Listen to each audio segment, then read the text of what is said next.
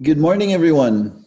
Welcome to this event where we're going to be going over the dialoguing and asking questions to our guests about the VC perspective in health tech and in specifically the differences between Canada and the USA and the opportunities.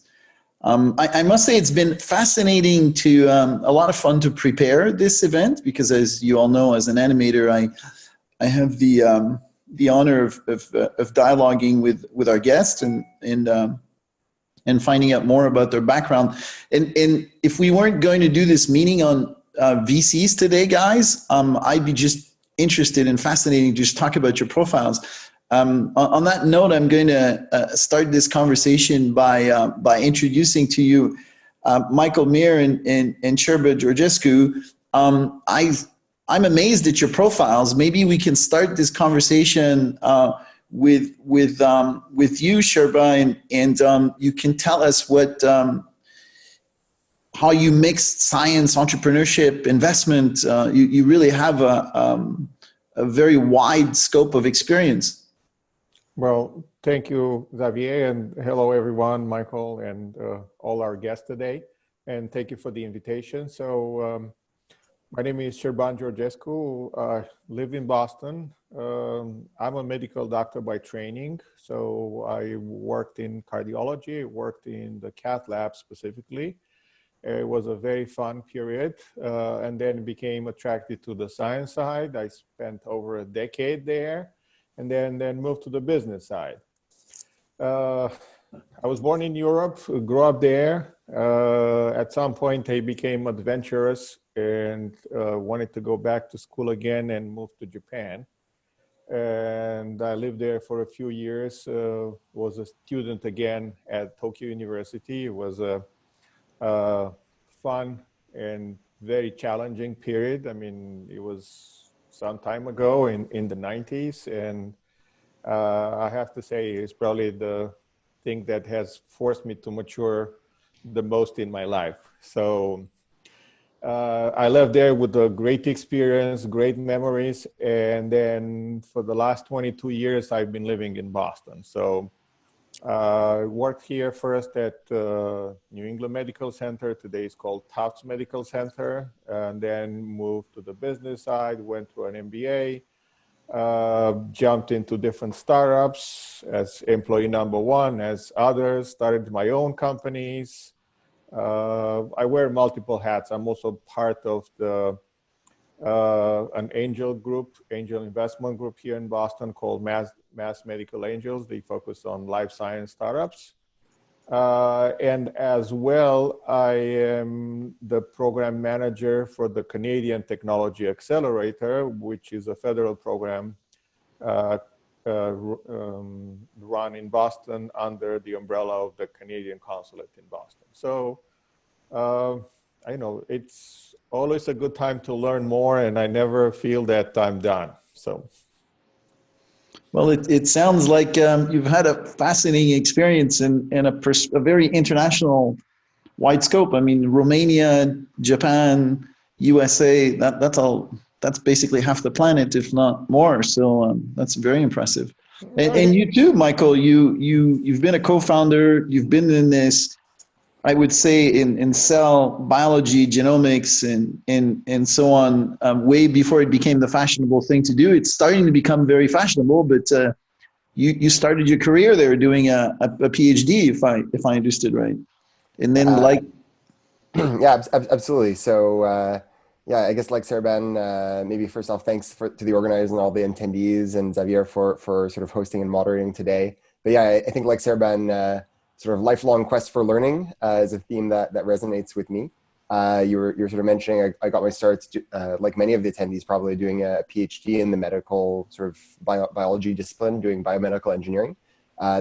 Doing that is actually what brought me down to Boston. I'm originally from Montreal, Canadian, but wanted to continue my education down in Boston and spent about a decade down there before returning back just last year to help launch Amplitude Ventures and being on the investment team there.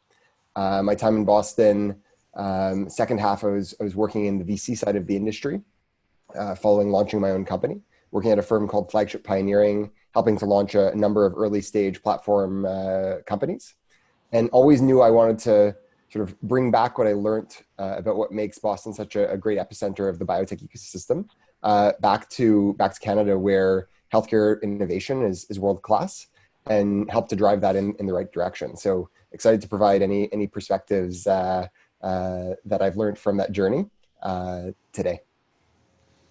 Well, thank you. And yeah, you're both right. I think a lot of our attendees, because when we as District 3 are an organization which has been focused on innovation and entrepreneurship for emerging technologies, we naturally end up working with a lot of people that have, you know, a start baseline as you had, PhDs, people that are deep into tech. You know, I like to call them tough tech lovers, and I think they're going to do great things. They have great potential, like both of you have done, and what we like to see is accompany them. What District 3 does is accompany startups. We've accompanied over 500 startups in a bit over 5 years, and it's been fascinating to work with scientists. And what we're finding as well is it was odd. At one point, we were much more wider in scope, and then we realized that the people who were making the biggest impact, that were actually raising the most money and getting the most sales, always had a co-founder that was deep tech. You know, that in itself is not sufficient, but it was certainly a must-have. So on that note, I'd like to get back a bit to the thematic of investments. You're both in the world of investment. You, Michael, in your approach as a VC, you must manage a portfolio of companies. And you, Serban, you're an angel, so you have a different perspective than a VC. I would think more in an opportunity case. I'd like to start with you, Serban, to tell us about how you see the world of angels and investors from a Boston perspective. Well, what's been your experience to date, let's say, before COVID? What was the normal before this all happened? well, so Boston is, among other things, I don't want to minimize other sectors, but it's still a life science town. I mean, like, you're talking about the big three things that intersect here, and that is academia, hospitals, research, and innovation that comes from the healthcare side on one hand. On the second is all the industry, and you can think of all the big pharmas and smaller and also medical devices and diagnostics companies and healthcare IT. And last but not least is the investment group. So very rich in Boston. I think we might be now number one in total investment in healthcare. Both, I mean, like very rich VC companies, and Michael company that he worked for before Flagship. I mean, it's really a pioneer, you know, pun intended. But there's also a lot of angels here. So there are plenty of opportunities. I don't have to tell you that I think doctors here are approached almost every week with a new idea, with a new innovation. Sometimes it's theirs. And that gives investors also a lot of opportunities to be picky. I'm not sure if that's a great word to hear for an entrepreneur. And I think I'm siding on both sides, both as an investor and an entrepreneur. So I try to understand each other's side. So again, a lot of opportunities. You can afford to be picky. There's a lot of innovation. And I think, as I said, I landed in Boston 22 years ago, and I never left just because I've been fascinated by this constant flow of innovation that comes to us. So whether it's local, whether it's from other places, Boston is a very good place to be for the healthcare side.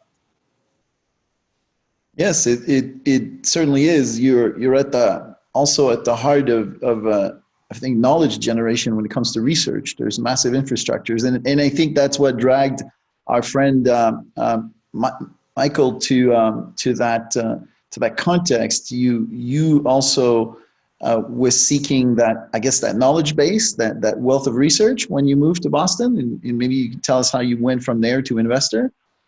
Yeah, absolutely. I think there's Boston absolutely on the map, as I mentioned earlier. Use the phrase epicenter of biotech.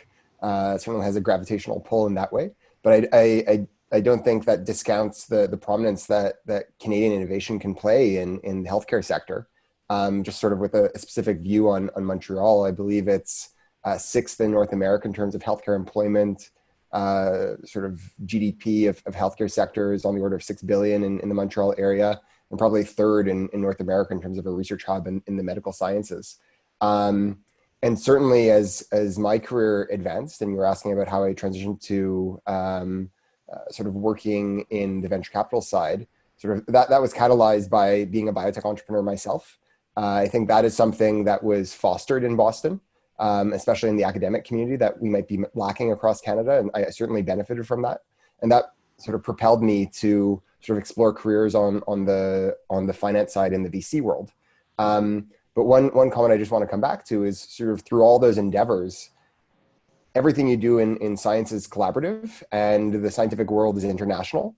And one of the observations that that propelled me again to return back to Canada was I found I was disproportionately interacting with world-leading scientists and sort of normalized on a per capita basis with world-leading scientists up in Canada that really solidified my view that the caliber of research that is happening up in Canada is world-class and sort of furthered my goal of looking to help promote the translation of those capabilities.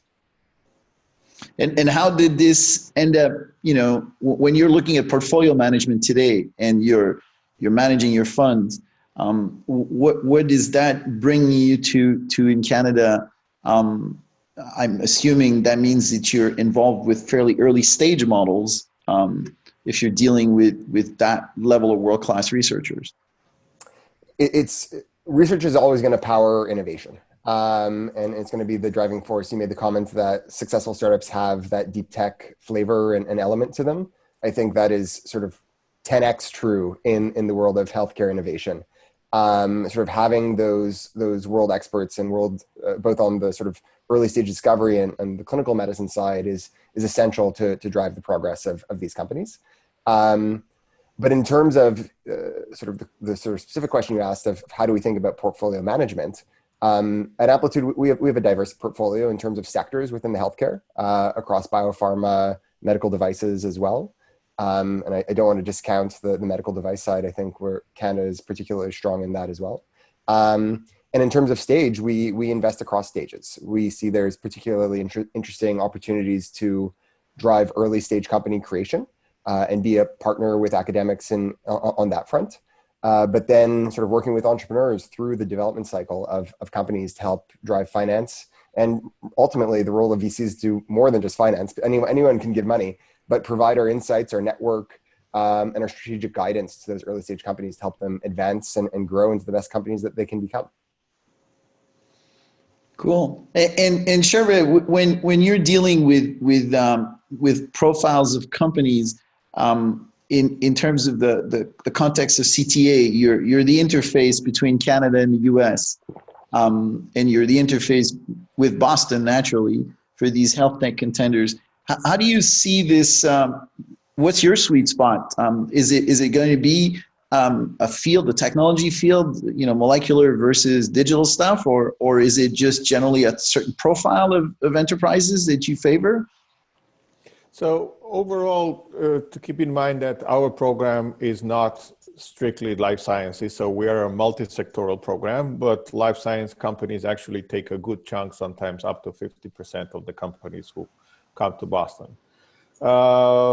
We understand that different sectors, have different profiles. So if you ask a company, say, look, you put criteria for admission, say, I would like to see $1 million in revenue / grants / investment, direct investment. I mean, that's a very different thing for a healthcare IT company who might already have clients and they're selling their tool They might not have a regulatory hurdle versus a medical device or specifically a drug development company. I mean, the fact that you raise $1 million, it means it's just a drop in the ocean, right? So we're taking that with a grain of salt. Overall, we're looking for companies who are ready to globalize, right? So, okay, if you have a drug you're still developing, you're not going to globalize, but you can take advantage of some things here in Boston. But overall, we like to see companies, who have some traction in some way. I mean, whether with investors, whether with clients, whether with partners. We'd like to see clients where somebody has taken a chance on you. So this is not an idea in a garage. I mean, as great as it is, you have to validate it in certain way.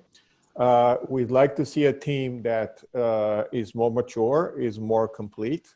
I mean, we've had companies who have had very young founders, but extremely smart. The idea is not to let them, learn everything on their own, because as they can do it, it's going to take a long time, but to help them pair with some smart people. And also, we'd like to see companies who are coachable, because no matter how much good advice you give them, ourselves or our mentors, if they're not ready to take it in, and because they know better, then they're not the greatest fit for our program. Yeah, definitely. I can relate to the criteria of coachable. That's at all stages, whether it's very, very early or later. I'm involved also with teams at all sorts of levels, but coachability is definitely probably specifically as we invest our time, becomes, there's money and then there's time, as you guys are both referring to earlier, and that definitely makes a difference.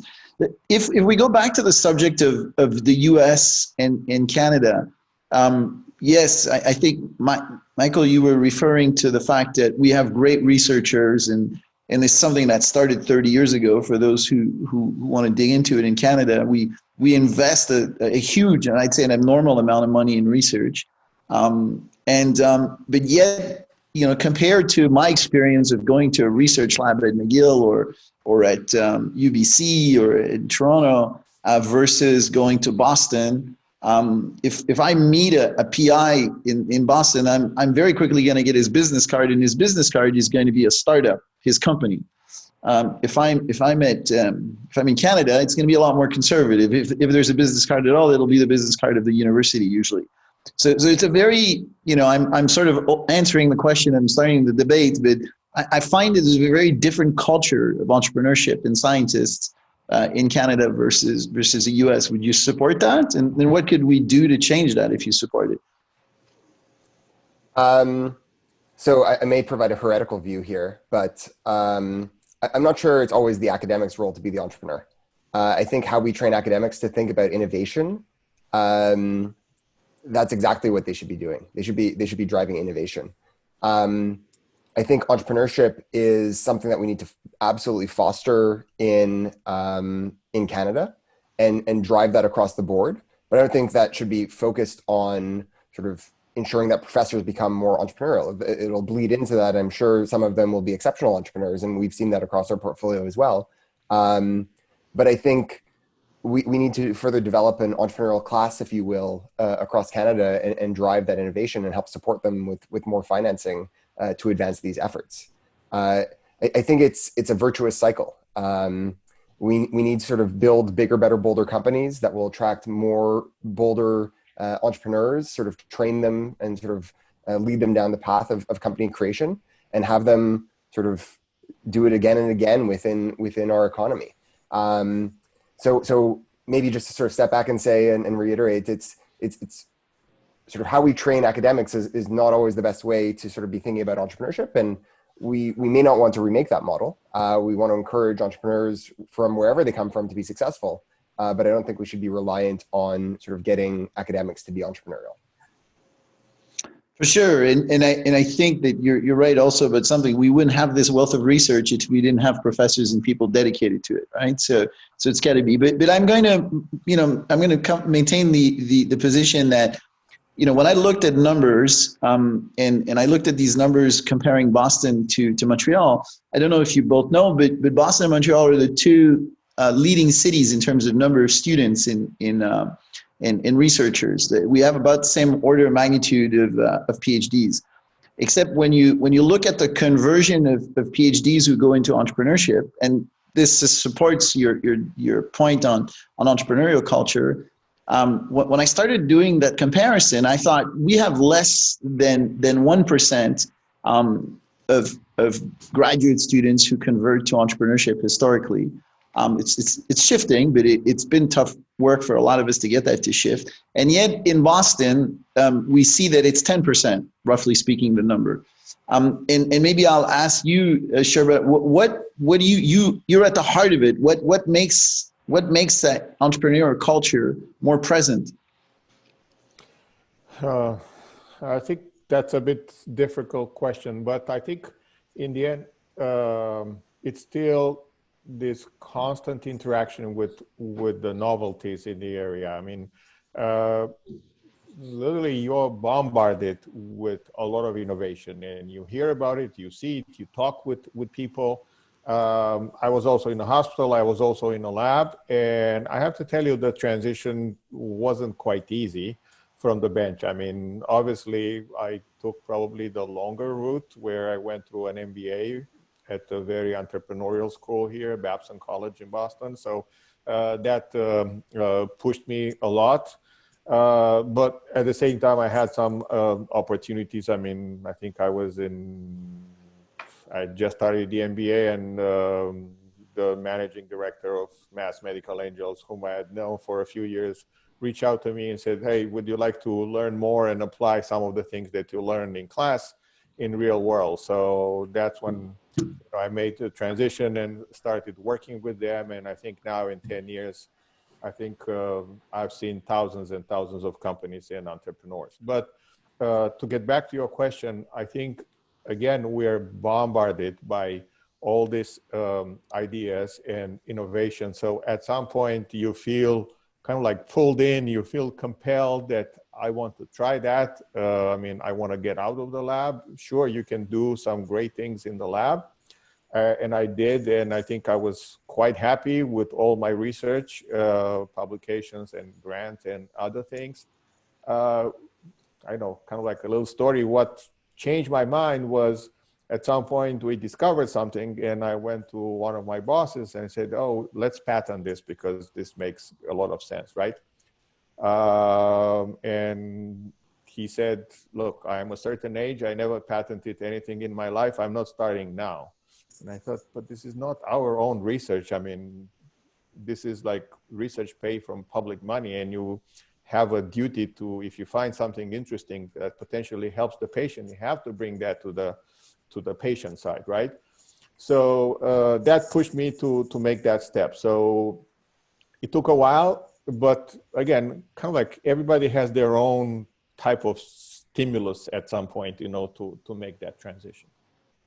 Maybe if I could jump back in as well with a few other reflections. I think like what Serban is touching on in the Boston area is a question of density and concentration of research activity in the biomedical domain. And I think despite sort of activity on the academic side here in Montreal, Xavier, you mentioned sort of where we stand on the research side in Montreal, and we're certainly a prominent biomedical research city. I guess at Amplitude, we view this a little more across the country. And we view as part of the goal in the coming decade, we need to deploy a lot more capital across the country into this sector. Sort of hand-wavy figure, let's say $10 billion in the next 10 years into the sort of biotech sector and sort of medical innovation sector to really capitalize on this and develop the sufficient density. I think the other thing that we need to do is not dilute that capital. We need to think about concentrating on our innovation hubs. And again, this may be a bit of a controversial view, but it's one that we sort of say, like, we need to focus on building that density in Montreal, Toronto, and Vancouver across the country to really establish those cities as great medical innovation hubs. I think the other element, you highlighted the amount of research that's happening in the Montreal area. The flip side of that is how many patents we file. And Serban mentioned sort of filing patents as a part of his research. And it's not to say that patents are the only way to translate innovation, but it's an important part. Open science has its role as well. But ultimately, I think across Quebec, we might be 50th, like an order of magnitude lower down the rank order list of where we stand in terms of patent filing in the medical domain. And so there's sort of the drive to sort of protect that innovation, but then there's also the culture of how we roll it out. And I think the system is evolving, especially here in Quebec. But when you sort of look to institutions like MIT, Harvard, et cetera, and the mission behind tech transfer, for example, is just to get the innovation out, get it into the hands of the entrepreneurs. And there are a lot of them down there, albeit, but get it out there and allow them to develop it and sort of have the tech transfer office be a loss leader and not think about trying to pick winners, sort of cut the red tape, sort of ease the process of getting innovation into the hands of entrepreneurs. Whereas the dynamic you see and we experience here in those types of conversations are much more drawn out. There seems to be a desire to sort of identify the winner and make sure that gets advanced and that the university is able to capitalize on sort of the company or the sort of invention that it thinks is going to go all the way. Whereas there could be a mentality of saying, we need to get this into the hands of the entrepreneurs and let them run with it and make that a much easier and smoother process as well. Yeah, I think we are going to, you're inspiring me. We're going to have an event on technology transfer offices in Canada versus the USA maybe, or Europe. I think that in itself could be several hours of conversation. I'm going to bring you to, you're now talking probably in our audience, Ghislaine was telling us and Rosa were telling us there's 120 people here attending today. I'm assuming some of them are entrepreneurs. I know 20 of them are entrepreneurs from D3. What advice do you give to these people that are in the health tech? But I'm assuming your advice would probably be valid for other sectors, that they need to build a relationship with VCs. As one of you said earlier, if I'm in the health tech sector, I'm not in a short journey. I'm not an app that's going to, start going viral next month. This is something that's going to take a much longer period of time. So relationships with VCs are key. When do I start my relationship with a VC? Way before I invest? I need my investments when I'm ready to do a round. What's your advice to these entrepreneurs? I can jump in. It's never too early.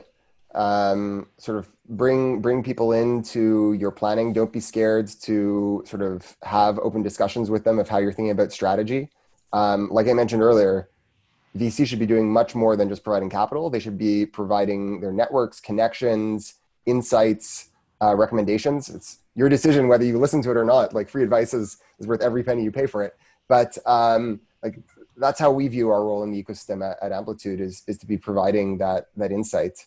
Of course, our time is limited, and there are a lot of startups and entrepreneurs, but we try to do as much as possible to help companies along their journey. And I think it's important for us as well to, especially with early stage first time entrepreneurs, to see that progress, right? So just looking at a distinct point in time, making a decision can be difficult when we're often betting on a team and betting on capabilities of those entrepreneurs, and sort of following that person and following that team, seeing them hit their milestones, seeing the successes that they can drive, only sort of furthers our confidence in being able to make an investment in a group like that. Well, thank you. Relationship, build it with time, and that gives you the opportunity to see their progress. You might not invest in someone right away, but you need to know if they're in it for the long term, and you want to see their progress in their journey. I'm assuming, Serban, you would have a different perspectives when you're expecting our entrepreneurs from Montreal or from Canada coming to Boston. When would you like to see the relationship happen? No, I agree with Michael. So I think early establishing of some relationship, it's a good thing. It's good to see that company grow. I mean, like, nobody's perfect. I'm not. A lot of other investors, most investors are not, although some believe probably they are. But it's good to set up that relationship and follow that company. And if you get an email every few months from them, well, we've done this, we've done that. Sometimes it's just a matter of information. Other times it's just a matter of like, okay, I don't know how to approach this thing. Can you give me a quick advice? And people are happy to oblige in every situation. Sometimes it's just a matter of an introduction to somebody. So it's not necessarily related to fundraising, but maybe someone needs a regulatory expert. Maybe someone needs a reimbursement expert. I mean, like, these are big things here, at least in the States. Maybe someone needs a type of a mentor or an expert in a particular field that they would like to consult on their strategy. So that's important for us, because obviously you made an introduction to somebody, and to somebody that you trust and you guarantee with your name, but you also kind of like, you're going to hear back how that entrepreneur did, right? So if they took that advice, if they were easy to work with, if they followed, if they made progress. So that also gives you more confidence to help them and maybe take a bigger chance at the next time. And when they're coming to Boston, you were saying earlier, you've just done $1 million round, including, government funding and non-dilutive and possibly some equity, but you're in the health sector, and it's a different game in terms of scope of financing that you will reach. When do you think they should start thinking, okay, it's time that I go to Boston? Well, I think it's never too early. I mean, even if you come not necessarily to raise money, but you come here to, see the landscape, understand a little bit what Boston is, or US in general, make some connections and see what kind of companies are here and what is the culture. So in that respect, actually, we have started this program called Market Testing Lab exactly with District 3. And I think it's been over a year now. And we had a few round of interesting companies, not only from the healthcare sector here in Boston. And we like them, and we followed up with them. We like to see their progress. So Boston and Montreal are not that far, right? You can jump in the car in the morning, and let's say early afternoon, you're here, and you can spend the weekend, you can spend the week. You can find an easy Airbnb somewhere, which is not expensive. Or, we had people who came here. We had a CTA company who came here with their RV. So it was summer, and basically they parked their RV and spent 4 months just in Boston in that RV park. So it's not that far. It's easy to come here. It's always good to create some connections, and we're happy to have you, and we're happy to talk with you, understand your company's needs, and see how we can help. Great. I'm going to shift the conversation a bit to COVID. We're in the middle of a crisis, and we're seeing in different markets very different behavior. How do you see this? Both from an opportunity, I guess, from a threat or danger. How do you see COVID playing the game for starting with you managing your portfolios? How are you seeing your investment opportunities, or your ability or your will to invest in both Canada or in the US? And maybe, Michael, you can start, since you're the VC here in Canada. Yeah, happy to take that. I think sort of there are positives and negatives, pros and cons to every situation. On the positive side, I think there's an unprecedented level of attention and awareness in a positive sense of the healthcare innovation sector at this time, which is fantastic. So the more people thinking about investment opportunities, the more people seeing the potential to sort of drive impact by investing in the sector, the more in the long term we'll have successful entrepreneurs and successful companies operating in this space. Unfortunately, in the short term, I think there's going to be a bit of a reduction in sort of investment in early stage innovation. I think part of that is fed by the fact that at the end of the day, as VCs, we don't manage our own money. We manage the investment capital of large pension plans, of investment firms, et cetera. And they're pausing on deploying that capital right now as they sort of take a look at the environment and sort of world economic situation and try to understand where they're going to be placing their money to ensure that their sort of pension funds are maintained. So I think what you'll see in the short term is a reduction of investment in alternative assets from those pension plans like venture capital. So sort of overall innovation spend going down. But I think what you'll also see is a shift in the distribution. It'll be a shift towards healthcare, which will be a good thing. Right now, across Canada, I'm not sure why, but there's maybe a like 5-to-1 sort of investment, or that's a figure I've heard cited at least, between sort of tech and maybe healthcare innovation. And I see that ratio shifting towards healthcare following the pandemic for sure. And a lot of that is also driven by a realization and a focus that is being shown right now at the back end of the sort of early stage innovation cycle, which is ultimately how you monetize things in the public markets, in acquisitions, et cetera. And what a crisis like this is drawing attention to is the performance that healthcare sectors can have, how the healthcare sector can be counter-cyclical as sort of an investment area where sort of performance of these companies can be maintained. It can be less binary, et cetera, et cetera. So I think there's going to be interesting opportunities that come out of this. So a lot of turmoil, really. Just one word is I keep thinking of when I'm hearing you is that, unpredictable and a shift for opportunities, but a lot of unpredictable stuff.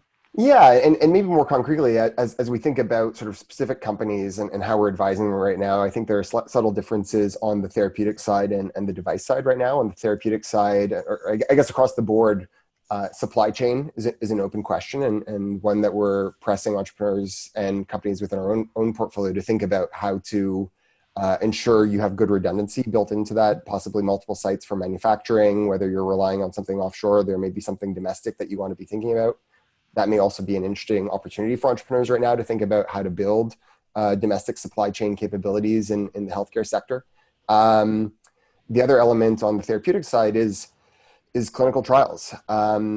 Acutely sort of start dates for trials, the willingness of hospitals to launch sort of new investigations into new drug entities, as well as interactions with regulators are uncertain right now, and the timelines for that being unlocked remain uncertain, but probably at least 9 months delay from where we were prior to COVID.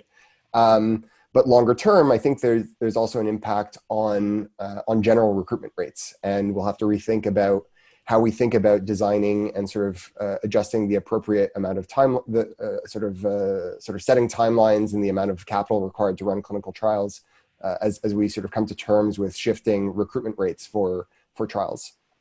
On the device side, a lot of sort of the value inflection that is driven by sort of medical devices is starting to go and get early stage sales for those devices. And I think that is something that is going to be particularly challenging in this environment when sales forces are not being deployed right now, aren't out meeting and speaking with doctors. And so I think there'll be an adjustment period to think about how to drive those revenues for medical device companies as well. Yeah, definitely. I'm definitely seeing startups. Their major challenge right now is the hold button. A lot of people have put on. They just don't have the bandwidth to entertain dialogue. How is that happening in the U.S., Serban, and how is it? How do you see these dynamics happen in the U.S., reflecting on Michael's thoughts, and then more specifically on opportunities or not opportunities for Canadian startups? Is the wall at the border going to get taller, or are things going to get more dynamic? Well, probably longer term, they're going to get more dynamic. Shorter term, everybody's adjusting to the new situation, and that includes different categories of investors. Obviously, angels who invest their own money and they have it tied into the stock market or other places which are, quite uncertain at this point. So are taking a bit of a step back. But I don't think that's gonna last very long. So it could be a few months, could be 6 months. We'll exactly see. My feeling is that, one piece of advice is it's a bit difficult now with everybody kind of like being locked down. for investors to see new opportunities. Sure, you can do a Skype, I mean, but you still don't quite get a feeling of that entrepreneur. So one thought here is, if an entrepreneur has already talked with an investor sometime in the past, maybe once or twice, maybe they were rejected, or maybe they were given advice that they were too early, or who knows what kind of help they needed at that point. It's much easier for that entrepreneur now to go back to that investor, because they have already seen you. They already got the feel of how you think of your company. They would like to see that you have made progress, obviously, in the meantime, but probably you're going to be on a faster lane, let's say, to an investment than a company that is completely new, that they've never heard of. They don't know who you are. Tough to meet with you. So I think that's a good way to think. So piece of advice for the entrepreneurs. In other words, use this as the opportunity to build your relationships, even if you don't expect results short, medium term. It's the right long-term investment. Yes, yes. So, and if you had some relationships, either beginning relationships some time ago, it's time to rekindle those, and people remember you. And again, if you bring some progress that you have done, I think that brings you some extra points. Also, I mean, like, interesting thinking a bit more like of entrepreneur. So obviously everybody knows what's a unicorn, but there were a few interesting papers a few years ago from Silicon Valley looking at, let's say, a unicorn is at one extreme of the spectrum, and the other one, I think they call it a cockroach company. So you can survive, basically. You can crawl into a hole. Maybe you ate or raise money or are doing your thing, at a lower level, and you crawl into your hole, and even an atomic war cannot destroy you. So once this crisis, has passed, you emerge and you're still alive. So I think probably we're talking about companies who, if they can afford to be that cockroach and survive this crisis, with different resources, whether it's the government help or they have their own, or being creative with their clients or others, I think that's going to be very commendable, and they would look up after the crisis is gone. Okay, you make me think of government, and it's one of the questions that I'm receiving on another line here. Is okay, we're all can see that times are going to be tough for the next year or so, and some people listening here may have influence or be government in terms of policies. What can in you, Shara, you work with the government directly with our CTA office, so the Canadian Technology arm for the governments, for the federal government, and you, Michael, in Canada as a VC, you'll be looking at the directives, and I'm sure your ear is close to the ground, trying to figure out what's the government's going to be doing to ease both the lives of your investor, the enterprises in which you invested, but also possibly contribute to making up for lack of funding that otherwise would be available. We were talking about angels. I know that the angels are moving really hard on lobbying with the governments so that so they get some of the money that the government wants to spend on economic stimuli. All that to say, there's going to be a lot of dynamics happening in the next 6 months or so with government funding and just funding in general. What would you recommend to the governments, or what could someone like myself who interacts with the government should be recommending? Well, obviously, Canada has taken a good approach by understanding how crucial the entrepreneurial environment is, and obviously there's different type of startups, like very early stage. I mean, if you're in a university, if you're still incubating there with a tech transfer center, so obviously you can try and extend that as long as possible. I mean, tough to push things on the government, or like the decision makers, but again, we believe that the Canadian government has clearly understands the importance I mean, if you think only at the last, I don't know, 5 to maybe 10 years to see how much amount of money the government has been pouring into different startups and innovation. So it definitely would not make any sense for the government now to let that slip away and go to waste. And you, Michael? I may take a little different approach to answering the question and maybe sort of think bigger picture here. I think there's the acute near-term need to deal with the crisis that the coronavirus pandemic has sort of brought upon us. I think a number of earlier stage companies that are financed right now are to a certain degree insulated from that because they have their runway and they can advance and continue to do their early stage discovery work. There will be challenges and bumps in the road, that's for sure. I think sort of taking a step back and thinking about what the government can do though, sort of longer term, like what this pandemic sort of absolutely clarified in everyone's mind is sort of the lack of preparedness for these types of diseases. And sort of thinking about how does the government sort of better incentivize and support the infrastructure required to deal with this? And there's a role that sort of industry and government will play working hand in hand to solve that challenge. But I think that needs to be improved and that needs to be worked on. I think sort of this may be sort of getting ahead of ourselves a little bit, but I think there's also a question of how do we drive healthcare in this country and around the world? And people sort of attending this call may have read a number of reports on this and sort of perspectives, but we don't really have a healthcare system. We have a sick care system. We deal with people once they become ill and we try to fix the problem. Is there a way that we can think of actually sort of having a more preventative medicine approach, having sort of more of a health defense approach in how we think about healthcare? You look at the amount of investment that goes into military defense for sort of very, very rare events, and sort of the way that we invest in health defense pales in comparison.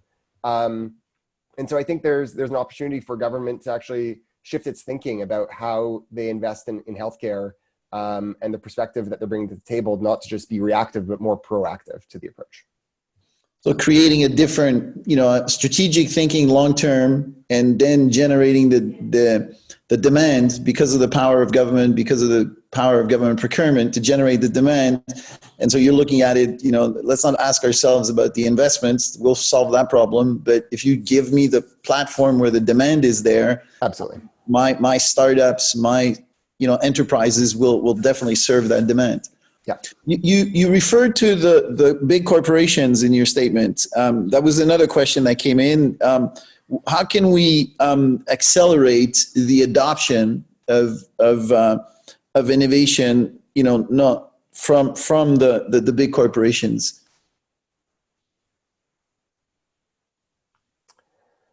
Do we want to?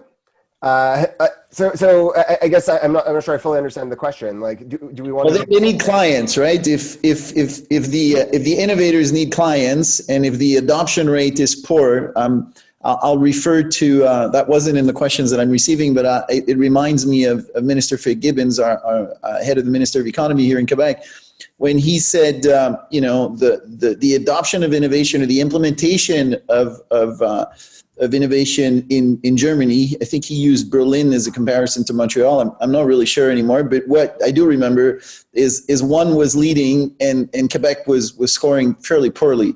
I don't remember the exact numbers, but we have in Canada as a whole a really shy buyer to innovation, and I can see that. Sometimes our startups have an easier time finding a client in Mexico City than they will in Sherbrooke. So the adoption, the question that we can ask ourselves is, if there was more of an adoption, there would be more demand. And then if there was more demand, then you'd be answering the problem from that perspective as well. Mm-hmm. I think one thing that is certain is, as you think about setting your course as an entrepreneur, you need to be thinking globally in the healthcare market. You're not sort of addressing an unmet need in sort of a local market here in Canada. you need to be thinking sort of big picture, sort of what are the biggest challenges that sort of the healthcare system around the world could benefit from new technologies and new approaches. And I guess I'm less of the opinion that sort of companies aren't sort of taking that great innovation. We see it all the time with acquisitions of early stage startups and early stage ideas. And so I guess I'm of the opinion, if you're solving a critical problem, you will gain access to the distribution channels of large pharmaceutical and large medical device companies. I think there's sort of questions around what stage of proof do you need to get to drive that conversation. And I think that's a little separate than sort of how do you drive the innovation into the hands of these sort of larger corporations. And I think that comes down to sort of more entrepreneurs, more capital, and sort of helping foster the growth and support of those ventures. More density, as you were using earlier. Yeah. We're reaching, it's been a fascinating conversation, and I could go on for another 2 hours, but my role is to keep this in time. We have a few minutes left. Would you each, have and maybe we can start with you, Serban. Would you have a message, a closing message for entrepreneurs in this world of uncertainty? Well, it's a world of uncertainty, but I think it also brings some new opportunities, especially in healthcare. So I think we have to see where the healthcare is going. So obviously everybody talks about telemedicine being kind of like the status quo, but that drives a lot of new things behind it. So if our entrepreneur, let's say, started now and I didn't know exactly where I wanted to go, so again, telemedicine, but telemedicine is not alone. So think of those patients who are now home, who could actually wear different devices, can have different sensors, could have at-home diagnosis. Think of cybersecurity for all this. Think of the data that needs to be stored, analyzed into the cloud. So there's a lot of opportunities in that direction. You could also think probably some of digital epidemiology tools, like we talked about, monitoring of patients, monitoring of their movement, education. I think people are now taking information, at a very accelerated level, especially in healthcare. You can think about direct-to-consumer, virtual triages, chatbot advices. So there's a lot of opportunities that way. Last but not least, I'm also thinking of opportunities in mental health, right? So people working from home, being isolated, in quarantine. I think the overall opportunities are going to shift a little bit, but digital health in particular is going to take it to another level without completely ignoring, all the pharma and the devices which are still needed. So the COVID crisis will pass. I mean, let's say faster or a bit later, will pass. Another one will come, so we have to keep that in mind with the new opportunities that will bring. Just yesterday, we talked with a company that, besides the antiviral drugs like Gilead and others that are being made, this company has made the viruside. So some very interesting thing that is mimicking the peptide inside the body that actually captures and kills the virus. So there's multiple opportunities in this new environment, and I think you just have to find the right ones and combine with what appears a much faster rhythm of adoption, both by the regulatory agencies. I mean, FDA is moving super fast in some domains that are considered strategics. Reimbursement is also starting to move much faster than ever, so there are going to be plenty of opportunities for everybody. World of opportunity. And you, Michael?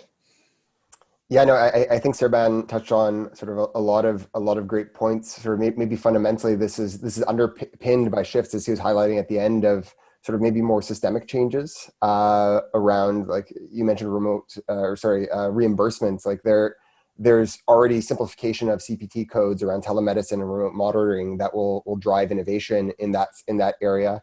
You highlighted the regulatory flexibility that is increasing right now. I think that's a bit of a double-edged sword. Can certainly accelerate things, but sort of companies need to be judicious about how they manage their risk, and sort of don't open themselves up for too much there. I think from therapeutic areas, sort of mental health was touched on. I think infectious disease is sort of the elephant in the room.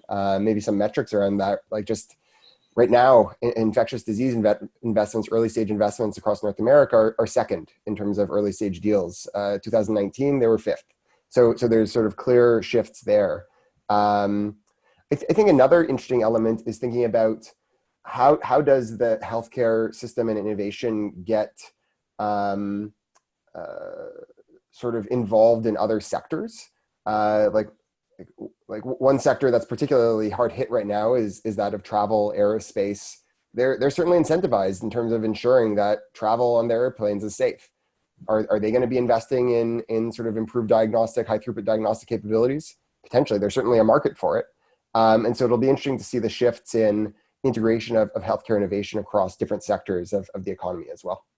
That's a really interesting perspective. I was listening to a person from Airbus yesterday, and definitely they're with the Airbus Innovation Center, and they're focusing on solutions, systemic solutions for their main customers, the airlines, who definitely need to deal with this. So absolutely, yeah. What you're saying is this creating a whole new world of, again, opportunities. So I think on that note, I'm going to say that it's been great to listen to you both, and very inspiring, I'm sure, for our attendees.